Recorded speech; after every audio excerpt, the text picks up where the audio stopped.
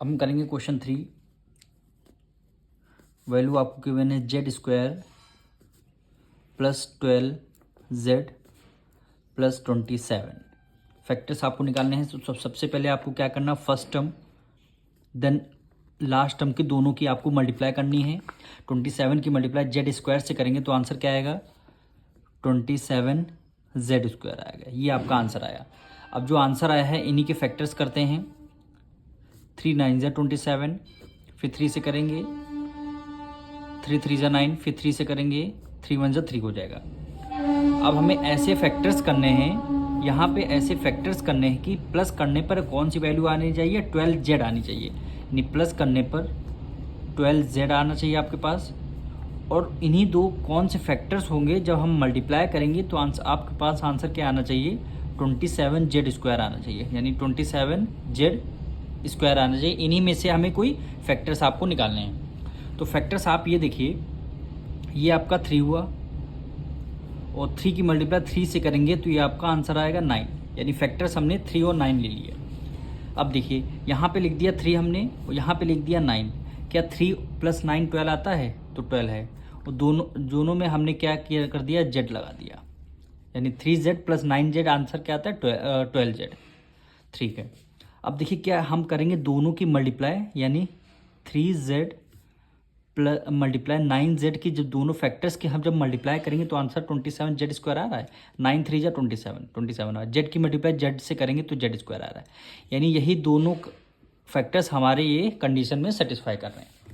अब दोनों कंडीशन जब सेटिस्फाई कर रही है, हम कुछ नहीं करना है। फर्स्ट टर्म को एज इट इज़ हमें लिखना पड़ेगा z² और लास्ट टर्म को हमें एज इट इज़ 27 लिखना पड़ेगा। करना तो है केवल मिडिल टर्म का, मिडिल टर्म को हमें स्प्लिट करना है। कैसे, अब यहाँ प्लस 3z आया तो हमने यहाँ पे लिख दिया प्लस 3z। फिर हमने प्लस का क्या लिखा, 9z, तो हमने यहाँ पे प्लस 9z हमने कर दिया। अब देखिए रिवर्स करने पर 3z + 9z कितना आ रहा है, 12z आ जाता है। और 3 की मल्टीप्लाई 9 से करेंगे, 9 3 ज़ा 27, और z की मल्टीप्लाई z से करेंगे तो z²। यानी दोनों कंडीशन हमारी दोनों फैक्टर्स में सेटिस्फाई कर रही हैं। अब first term 2 term then last 2 term कर लेंगे कॉमन। यहाँ भी z है, यहाँ भी z है, तो हमने क्या किया, बाहर z को हमने ले लिया बाहर कॉमन। तो हमने z को बाहर जब कॉमन ले लिया तो अंदर क्या बचा, 1z बता, तो हमने z को राइट डाउन कर लिया, प्लस है प्लस का साइन लगा दिया। 3z में से अगर हमने z को बाहर कॉमन ले लिया, बचेगा क्या यहाँ पे 3, तो हमने यहाँ पे 3 को राइट डाउन कर लिया। अब यहाँ 9 है, यहाँ 27 है। दोनों किस टेबल में आते हैं, 3 की टेबल में आते हैं। किसकी टेबल में आते हैं, 3 की टेबल में आते हैं। और या फिर आप करिए 9 3 से क्या होता है 27, तो आपने यहाँ पे प्लस का साइन लगाया, आपने 9 को ही कॉमन ले लिया बाहर। अब 9z में से 9 को कॉमन ले लिया तो बचेगा यहाँ पे z बचा, तो आपने z को यहाँ पे राइट डाउन कर लिया, प्लस है प्लस का साइन लगा दिया। अब 9 की टेबल में देखना है 27 कितने टाइम्स में आता है, 9 3 से, यानी 3 यहाँ पे आपने लिख लिया। अब दोनों ब्रैकेट आपके सेम हो। अगर आपको मल्टीप्लाई करना है, z की मल्टीप्लाई z से करेंगे तो आंसर क्या आता है, z² आएगा। और z की मल्टीप्लाई आप 3 से करेंगे तो प्लस 3z, देखिए यहाँ पे आ रहा है। इसी तरह 9 की मल्टीप्लाई z से करेंगे 9z आ रहा है, और 9 की मल्टीप्लाई 3 से करने तो यानी रिवर्स करने पर वैल्यू आपकी यही मिलनी चाहिए।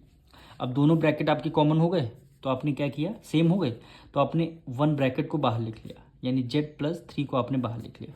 अब सेकंड ब्रैकेट में क्या होगा, जो वैल्यू आपकी रिमेनिंग है, जो ब्रैकेट में नहीं है, जैसे ये दोनों ब्रैकेट हैं आपके क्लोज कर लिए।